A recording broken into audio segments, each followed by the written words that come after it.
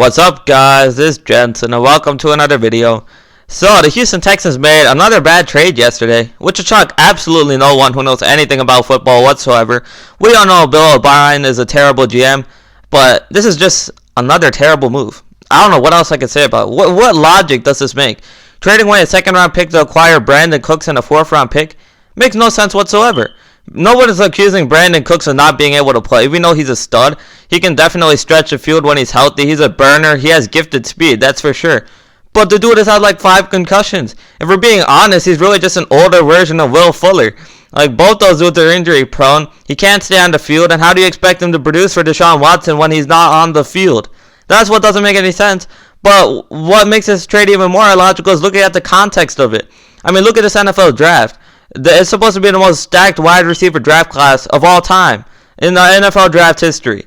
Honestly, you could have gotten a star rookie wide receiver potentially on a cheap rookie contract, which should be the goal, honestly.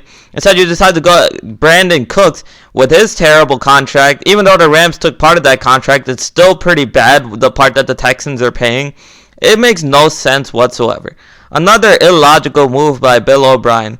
But look even further, like, the context of this doesn't make sense overall. Because if the goal of the DeAndre Hopkins trade was to not pay DeAndre Hopkins because he wanted some extra money, which he rightfully deserved, he's a top 3 wide receiver, then why are you bringing in David Johnson and Brandin Cooks? Those contracts are terrible. You're going to end up paying more for those two dudes than you would for a top 3 wide receiver in Brandin Cooks.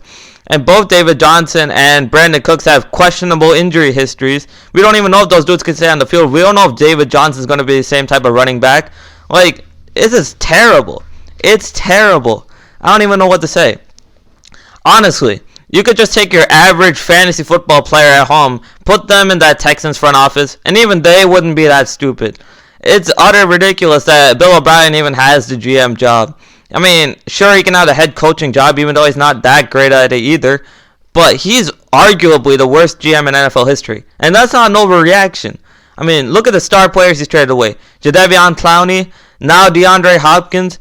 And he's made more questionable moves in the past. Trading away 2 first-round picks for Laramie Tunsil. I mean, the moves go on and on. It's pretty bad. What's happening in Space City right now is absolute dysfunction. And as a Deshaun Watson fan, and that's the only thing that Bill O'Brien has gotten right, honestly, drafting Deshaun Watson, when he really fell into their hands because my Bears were too stupid to pick Deshaun Watson, they decided to go with Trubisky, which I knew was a bad move at the time.